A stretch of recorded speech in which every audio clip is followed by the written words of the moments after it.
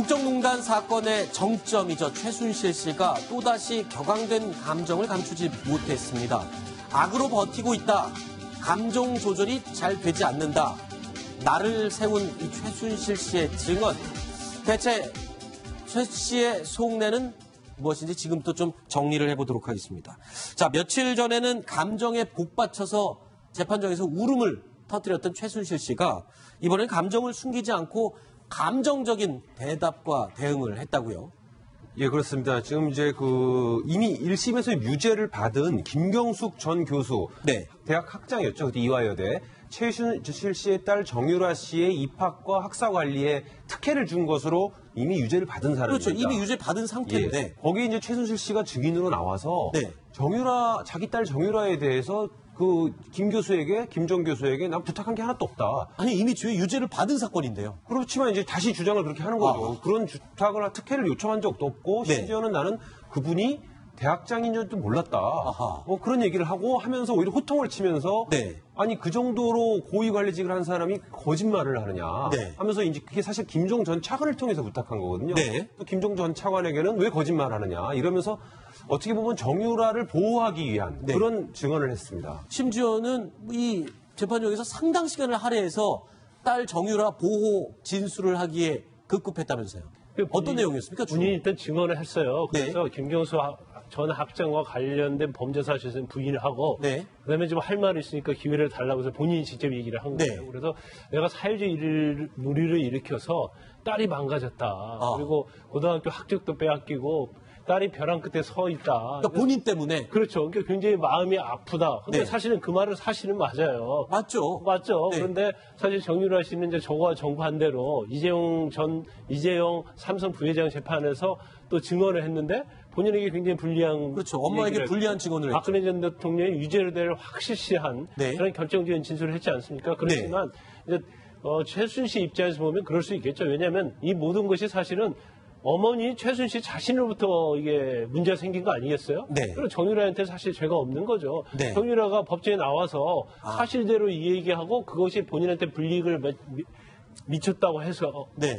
그럼 결국 원죄는 본인한테 있기 때문에 네. 그냥 본인의 입장에서 보면 오히려 딸에 대한 네. 그런 감정을 갖다가 솔직히 좀 얘기한 것 같아요. 사실 그렇게 갑자기 딸에 대한 애증을 막 나타내고 표현하는 것 혹시 이 감옥 안에서 딸에게 어떤 신호를 보내는 건 아닐까. 왜냐하면 최근에 생활비까지 끊겨서 정유라 씨가 고생한다라는 소식이 들리고 있잖아요. 네. 그런 부분들에 대해서 어떤 좀 자기의 감정을 전달하면서 마음 돌아간 정유라, 딸을 마음을 좀 돌려보려는 그런 시도가 아닐까요? 뭐 그런 의도도 있을 수 있다고 보는데요. 그렇다 하더라도 제가 볼 땐 정유라가 돌아설 가능성은 낮다고 봅니다. 왜냐하면 정유라가 지금까지 했던 행동을 보면 네. 엄마가 사실은 변호사 전화기로 접촉을 하려고 시도를 했음에도 불구하고 전화를 안 받았고요. 그랬죠. 유경재 변호사가 지금 선계를 포기하고 변호를 안 하기로 했지 않습니까? 네네. 그런 상황에서 정유라가 다시 돌아서긴 또 지금 알려지기로는 정윤혜 씨가 정유라의 집에 몇 번 방문해서 네. 마음을 돌려보려고 시도를 했던 것 같은데 그것도 별로 먹히지 않은 상황이다.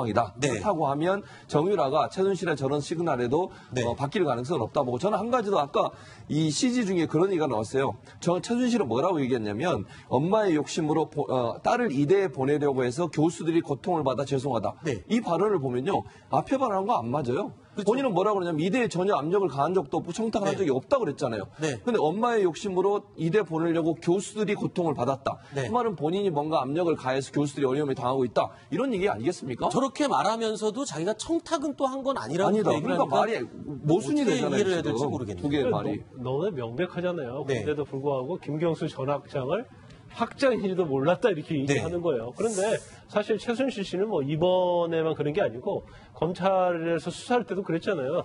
청와대에 들어간 적이 없다고 얘기하고 있거든요. 근데 너무나 명백한 걸 아주 명백하게 거짓말을 하고 있는 거예요. 그래서 네. 그건 아마 본인 자체가 인정하든 인정하지 않든 이제는 결과는 거의 비슷하니까 할 말을 하고 가겠다. 그런 생각을 하고 있는 것 같아요. 네.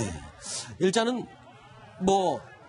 지금 이경재 변호사 측도 정유라 씨를 변론하는 걸 아예 포기를 한 상태잖아요. 그리고 정유라 씨 입장에서는 지금 검찰에 협조를 하는 게 본인으로서도 훨씬 더 유리하다고 판단한 것 같아요. 엄마의 엄마와는 완전히 등지기로 결심을 한 거로. 일단 뭐 변호사는 정유라 씨 변호사하면 정유라 씨 위해서 변론을 해야 하잖아요. 네. 근데 변론 자체가 최순실 씨의 이해관계가 굉장히 첨예하게 갔기 때문에 네. 그 부분에 대해서는 사실 정유라 씨가 최순실 씨에게 불리하게 이야기를 하기 때문에 증언했기 때문에 서로 이제 어떻게 보면 이해관계가 대립된 거 아닙니까? 네. 그래서 더구나 연락해도 연락 받지도 않으니까 형식적 관계만 유지하고 있다가 결국 사임계를 낸 것이고 네. 그렇다 보니까 사실 정유라 씨가 최순실 씨 입장에서 보면 네. 변호인의 조력도 안 받고 있고 네. 또 경제적 문제도 어떻게 되는지 잘 모르겠고 그러니까 뭐 본인 입장에서 다른 데는 걱정을 굉장히 많이 하는 거죠. 아까 말씀하실 때 정유라 씨를 설득하려고 정윤혜 씨가 잠깐 들른 것 같다라고 말씀하셨는데 글쎄요. 이 둘 사이에서 이혼을 했지만 이 아버지 정윤혜 씨가 뭐 어떤 역할을 할 게 있을까요?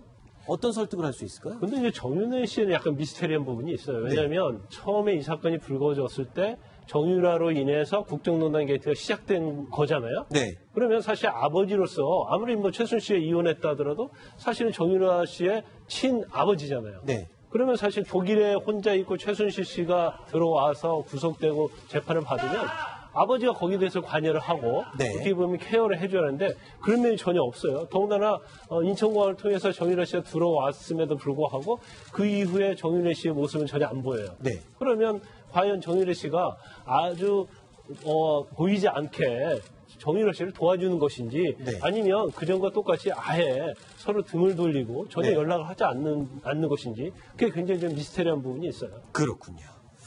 알겠습니다. 자, 이 최순실 씨 모녀 간의 관계는 도대체 어떻게 될까요? 인연이 완전히 끊긴 걸까요? 아니면 아직까지 어머니와 딸의 인연이 이어져 있는 걸까요? 좀 더 지켜봐 보겠습니다. 다음 이야기로 넘어가겠습니다. 8번째 소식 오늘 저희가 5위로 꼽은 내용입니다. 확인해 보시죠.